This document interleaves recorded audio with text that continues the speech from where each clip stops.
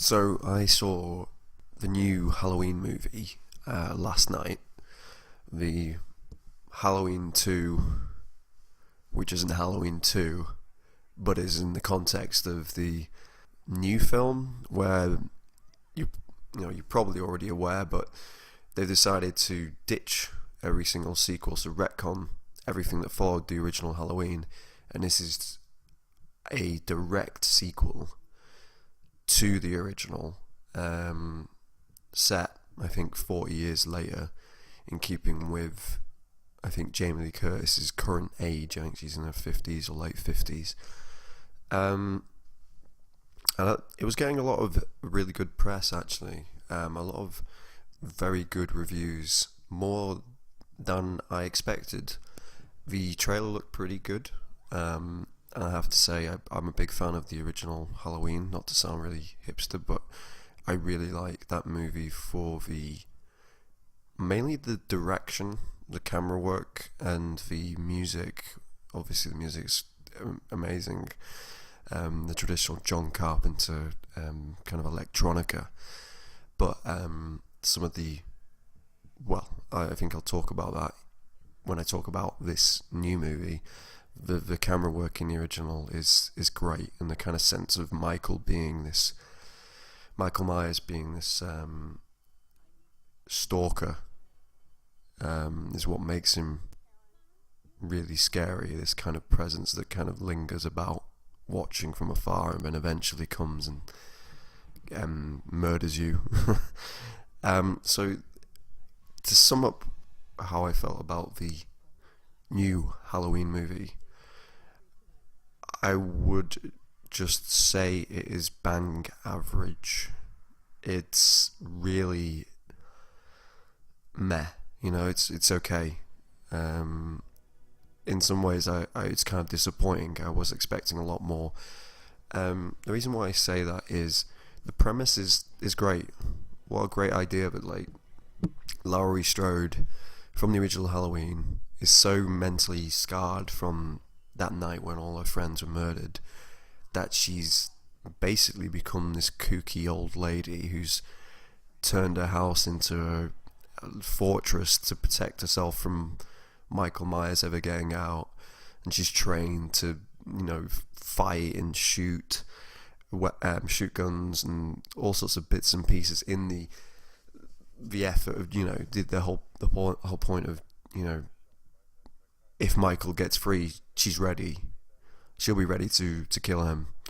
And she's had a daughter, and she's got a granddaughter. The granddaughter's one of the main characters, and the mum doesn't like Laurie Strode, the grandmother. They kind of got a strange relationship because basically crazy Laurie Strode decided to try and teach her daughter also to be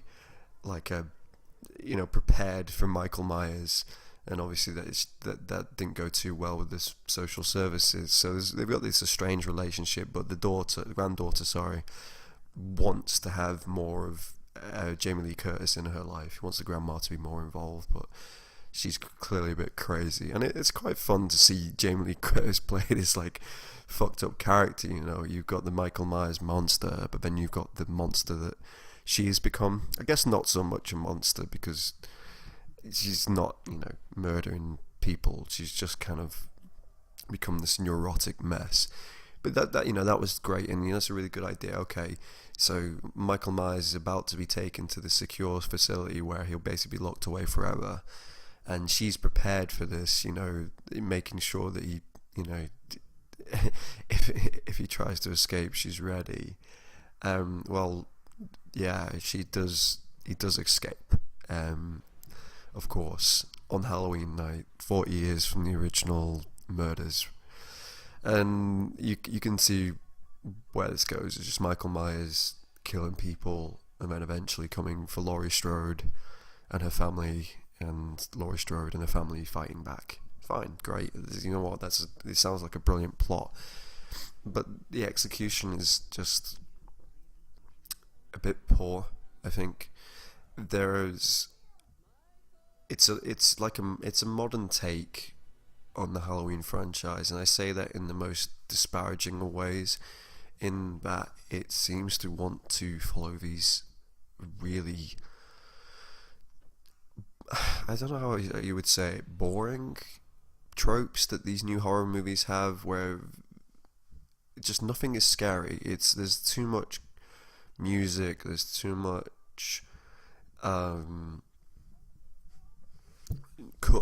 too many quick cuts and bits and pieces like that. I mean, there are some scenes where Michael, it's a continuous shot, and he walks around through this building, I think, and he picks up a hammer, and then he goes into the kitchen, and he kills this woman, he picks up a knife, and then he walks through this room where there's a baby. He doesn't kill the baby, thankfully. I think that was maybe a nod to kind of Rob Zombie, to say, like, yeah, you don't need to go, because Rob Zombie, he has no fucking barriers with what he would do. So if it was him, I'm pretty sure he would, have Michael stab the baby, but thankfully he doesn't, which is good. So it's a little bit more restrained. Now, the biggest problem with it is, like I said at the start, the best thing about Halloween original was the camera work and the music. Now, the camera work in the original has this great way of just lingering. You have these shots where Michael's just stood there, just watching from afar, and it just lets the action just kind of, hover just there, and you get that feeling that the stalker's there. In this one, it doesn't happen. There's never any of these moments where he feels like a stalker again.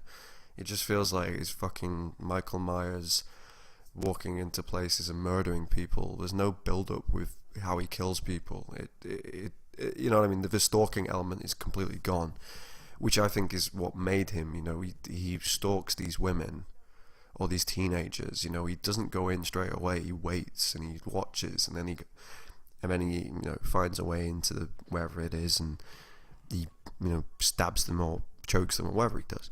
So in this one, he's just kind of murdering indiscriminately without kind of any forethought, I guess. The stalking element isn't really there.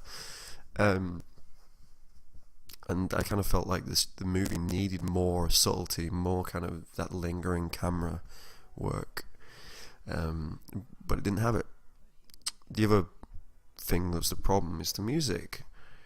The music's good. I mean, I think it's actually John Carpenter came back to actually rescore this, or provide more music for this. And some of the music's really great. There's a great little electronic track which has these very large bass swells, and that comes in later in the movie. And when they're used, it's really good. Like, it's done for a very good effect. But the rest of it, there's too much of the the classic kind of electronic kind of piano riffing all over the movie, and like orchestral stuff, and you just think, what is scary? Fucking silence. Silence is fucking scary. And the original, it does have a lot of the Carpenter soundtrack, but he was also parts where it's very restrained and there's nothing there. And those are the scariest bits. Those are the bits where the tension in the movie and the fear of Michael Myers is most prevalent, because it is that kind of nothingness of reality. Like we hear, in our lives, we hear maybe a little bit of background noise, but to have music makes you remember this is a movie. It makes you think, oh, this is just a film. This is it. It ruins the immersion of the horror itself, the stalker, the Michael Myers character. And there's just too much music, and even like fake cricket noises outside. There's just too much noise when this movie needed lingering shots and a lot more silences. And I'm sure, I hope, when the movie's released on DVD, maybe someone on YouTube will re-edit it to kind of give it that more subtle, subtle kind of auditory score, I guess. So that kind of upset me. The acting's fine. So the acting's fine. Jamie Lee Curtis is usually really good in most movies she's in. It does feel a little contrived. The plot is kind of a little A to B. There's not really enough depth in the relationship between Laurie Strode and Michael Myers. I was hoping for a little bit more insight into the. Well, they try to suggest that they're the two sides of the same coin. That kind of like Batman and the Joker type thing. but it's never really clear that Michael is trying to hunt down Laurie, that he is motivated primarily to finish what he started. You know, it doesn't ever really explain that or go into that much depth, and there's probably a little too much of the movie where Michael doesn't have his mask on. You never see his face without the mask on properly, but there's a lot where they try to humanize him a little bit, as in he's only a man, and that's something that I don't like. And what I appreciated in the original, of course, yeah, you know, he is a bloke, but they kind of had it on the borderline of him being a supernatural entity, this unkillable monster. In this, he felt a little bit too real, but then that was juxtaposed with all the music and the poor camera work. It feels fake. So, you know, you have the wrong kind of mix of tonality for the character and for the movie, so it doesn't quite work. Some things I did like, though, was the nods to the original, which weren't like, oh hey, remember this, like in your face kind of Star Wars, like, you know, the new Star Wars movies. It's just purposeful nostalgia, which comes across as forced. And there's some nice little moments, like the granddaughter, Laurie Strode's granddaughter, she's sitting in the same seat next to the window in her school, and she looks out of the window and sees her grandmother, Laurie Strode, standing there where Michael Myers was in the original movie. That was kind of like, you know, nice little visual thing there. And there's a bit where Laurie Strode gets thrown out a window, much like when Michael at the end of the original gets shot out the window. And when Michael looks out the window again, Laurie's disappeared, just like Michael does. You know, the little bits like that were kind of nice, and I thought that was kind of a really fun way of doing things.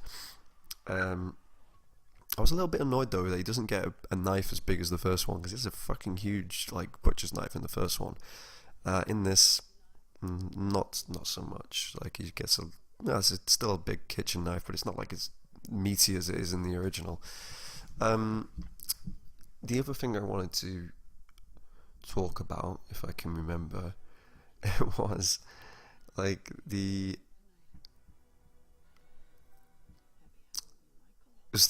little black kid who is being babysat by one of the eventual victims of Michael Myers. She's a friend of the granddaughter, you know, one of the main characters. This little black kid who's hilarious. I should say, like, there's a lot of points in this movie where the cinema I was in was laughing, including myself, and that's not a good sign for a horror movie. You shouldn't really be laughing at something like this. It should be a bit more like, it should be scary, and that's the problem. It's not scary. But anyway, this black kid is absolutely hilarious. So there's good little bits of dialogue, which kind of make the movie a little bit too funny for what it's trying to be. But this kid's got a lot of charisma. It reminds me of the black kid from what's that movie where it's got McLovin and they dress up as Kiss at the end, and they're in like a LARPing thing. I can't remember what it's called, but the you know, the kid in that, the black kid in that, is hilarious. And similarly in this one, obviously less foul mouthed, but he's quite a highlight for when he's like, Michael Myers is like in his bedroom and the babysitter doesn't believe him and stuff. That's quite fun, but it was a little bit too out of touch with the tone of the movie. But then again, like I said, the tone of the movie is a mess. It doesn't capture what Halloween should really be about. It was, like I said, a great premise done poorly. That's not to say that I didn't enjoy the movie. It was fine, you know. I didn't come out being really angry about it, but I was just like, I was a little disappointed. I felt like they had such a great premise, had all the pieces in place, and just the execution was lacking. The other thing, I think, just one more thing that bothered me, was the granddaughter has this boyfriend who she ends up seeing him kiss another girl at like this school dance, and you think, you done fuck now. You upset the lead lady or one of the leading ladies, you're gonna get Michael Myers, you're gonna get fucked up, and you go, yeah, you're gonna get it now, son. He's a bit of a twat anyway, but like you think, oh yeah. He never turns up again. Like, I don't know if he's a deleted scene, he gets murdered, but he never turns up again. He gets no comeuppance for being a cheating little dick, which is weird. It almost makes the entire subplot of that a waste. Actually, fucking hell, I just realised what a complete waste. Yeah, his entire character is a complete and utter waste, really. He doesn't actually need to be in the movie. His only purpose, and someone might go, oh no, so you can have the scene with Laurie Strode coming at dinner and being a bit crazy around the family at the restaurant. He doesn't need to be there.